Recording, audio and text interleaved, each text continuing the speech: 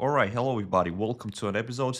Today, let's talk about are we back or not on the Bitcoin because we have some really solid bounce. So in today's episode, I want to break down it and show you my conditions. What do I see? How do I execute? What conditions I'm looking for? And what's my upcoming moves on the market?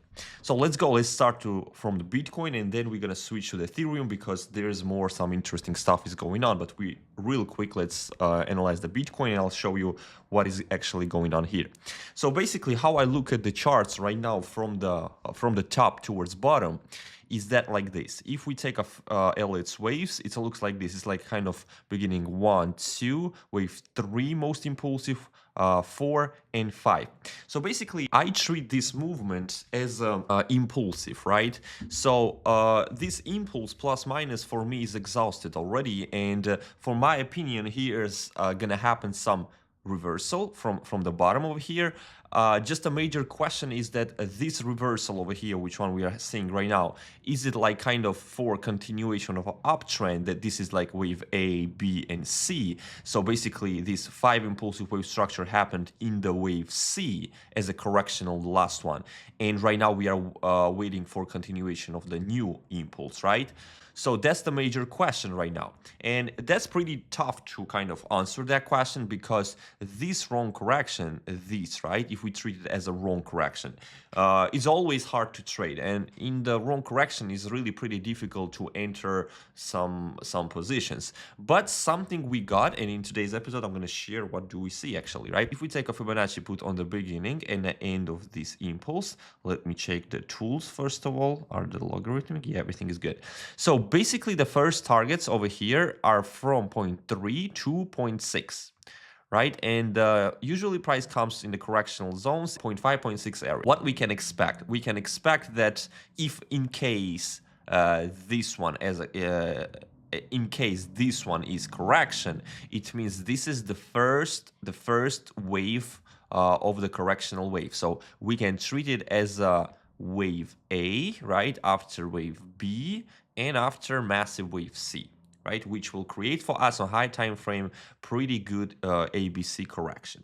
And if here in this target zone we start to look at for more confirmations for the shorts, right, then we're gonna open the position because it looks pretty juicy from here. But it's really important how the price gonna react from this zone.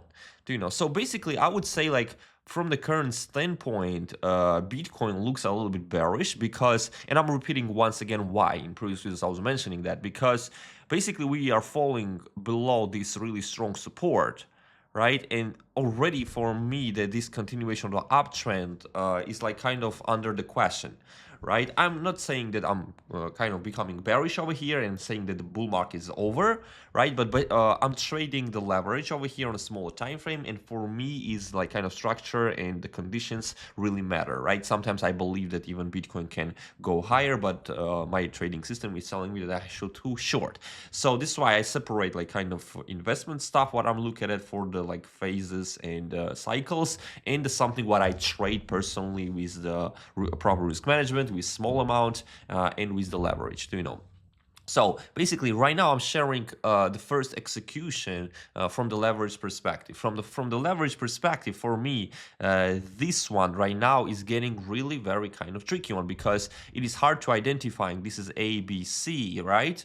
And right now 1, 2, 3, 4, 5, and we start a new impulse. Or basically, this is like kind of end of the impulse, and right now is beginning of the correction, right? Beginning of the new impulse. So this can be wave A. Right now we are in B, and continuation with C. So before we're gonna trade in that zone over here, right, for me this continuation of downtrend is pretty high. So this is why I didn't take any longs from here, even I knew that this bounce plus minus is gonna happen.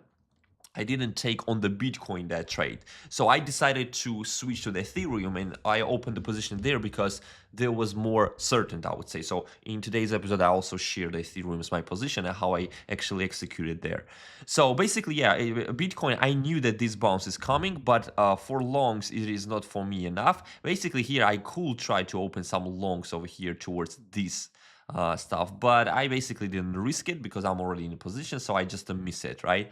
So right now the Bitcoin is in this target, is the eyes on the Bitcoin, right? And I hope again, I'm repeating, I hope so that it's not going to happen. I wish so, not hope so. I wish so that we are not going to correct and not going down, because everyone is tired and everyone wants this continuation of the bull run, right?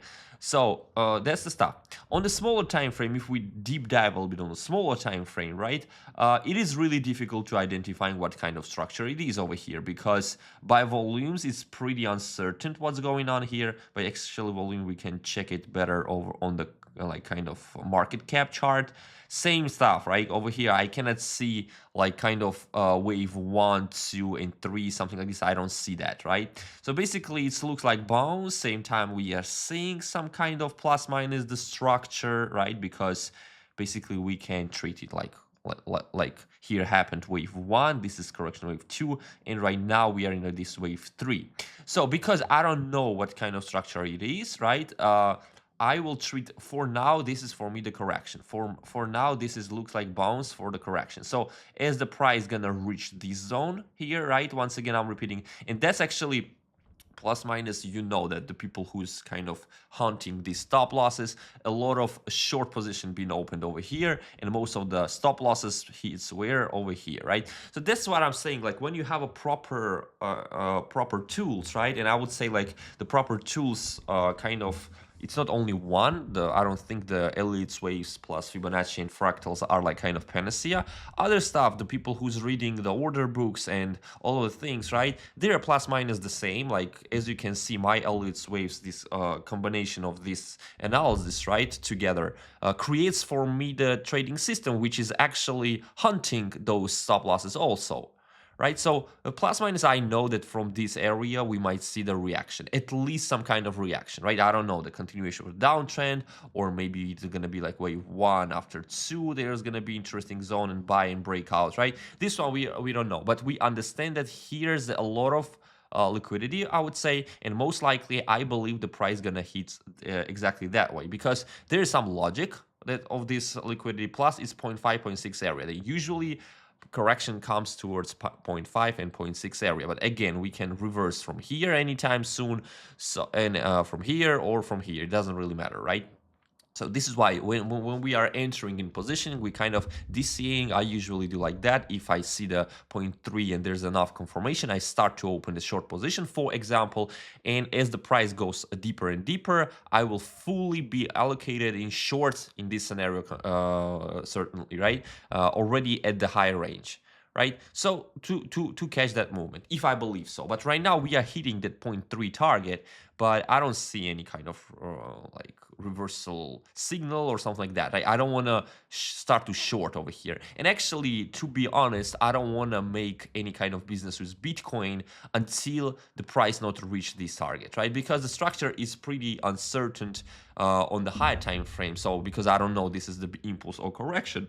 But when the price, if the price gonna reach this target zone here, it's gonna be much more interesting from the risk perspective, right? And because it's a good zone to accumulate and allocate some shorts for my opinion. Depends on the conditions as well.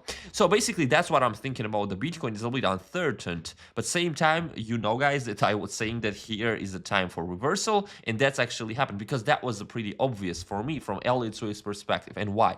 Look at that. If we open it, let me do it. I do like these impulses, right? So if we measure this fifth wave, the last fifth wave, and take a Fibonacci, put on the beginning of the wave 1, end of the wave 3, and end of the wave 4, right? We are seeing how beautifully price touches 0.6 area, because 0.6 is the targets for fifth wave, right? And I'm seeing that the price actually falling towards that exactly target.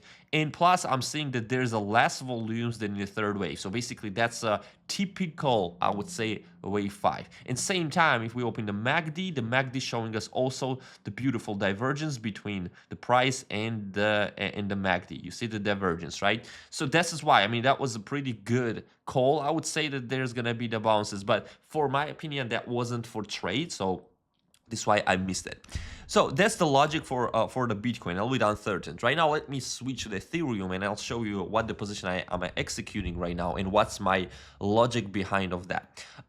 Basically, on the high time frame, the Ethereum is more type of uncertain, I would say, because in the target zones, I would say, but same time, it's a little bit more certain than the Bitcoin, right? And I'll explain you why. Here, I marked the targets from 0.3 to 0.6, the Fibonacci targets, right?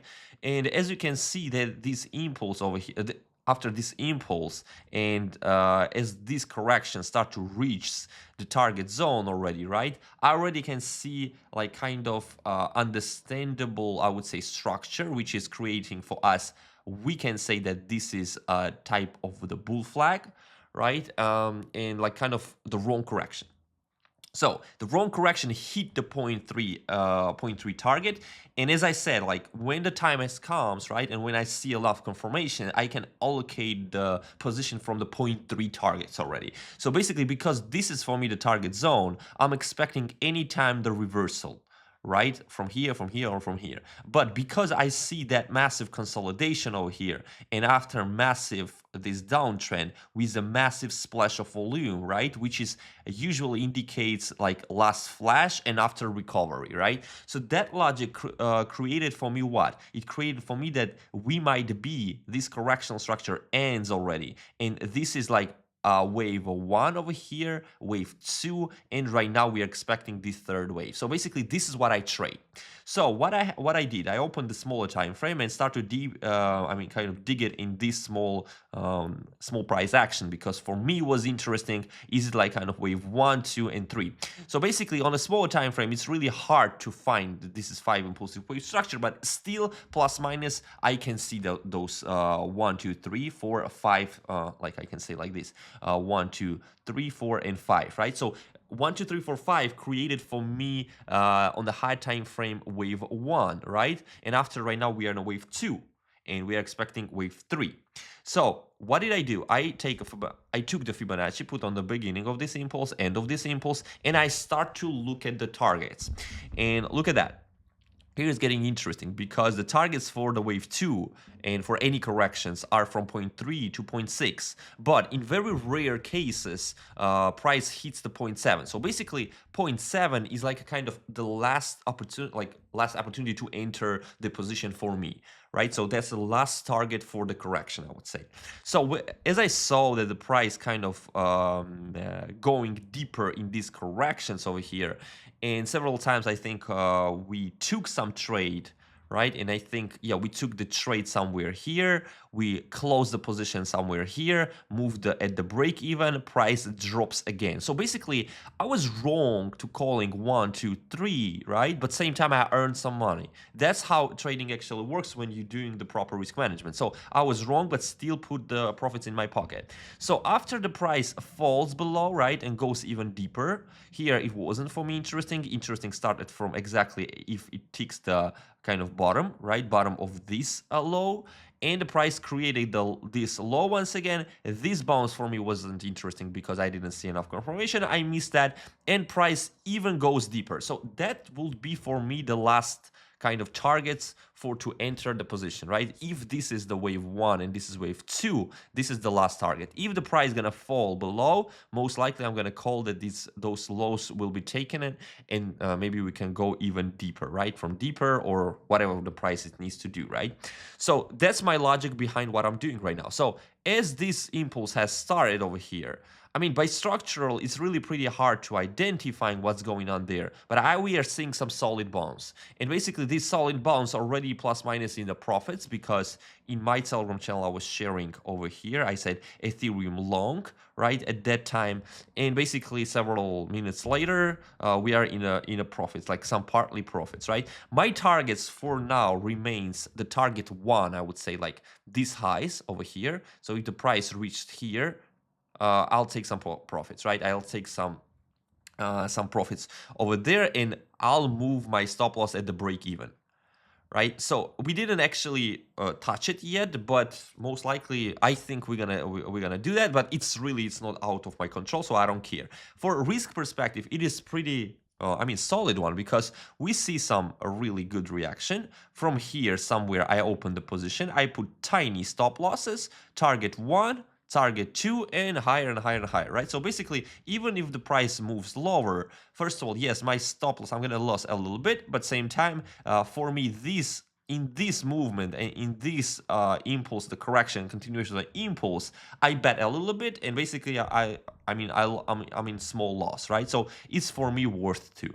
So, and it will give me great idea that I'm not missing this movement. And same time, I'm paying to knowing that. And if the price gonna go lower, most likely we will retest even lower prices. And for my opinion, if we're gonna fall from here, the next targets will be at least like 3,200 towards 2,900. So will be the targets. And from here, we can accumulate even more juicy longs, for my opinion. It depends, again, how the condition will line up, right, and overlap all of these things. So basically that's my logic. Yes, I don't really like it that this correction went that deep, but usually that happens, right? And we saw previously that type of thing.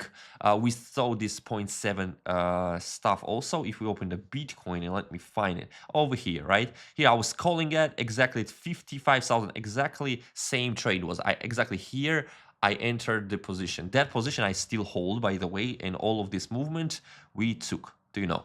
So basically, yeah, the same thing is here, because if we take a Fibonacci, put on the beginning and an end, right? Look at that, 0.7, boom, and after the recovery, right? So the plus minus the Ethereum looks the same way. Do you know? So that's what I'm trading. So if this video was useful, please that likes, join our Telegram channel. There you definitely will like some content which I'm sharing completely for free, everything how I'm executing, what my portfolio and how I actually manage the risks, everything without the hype. So you can join our Telegram channel, the link in the description below or in the pinned message, in the pinned comment section. See you in the next, and bye bye guys.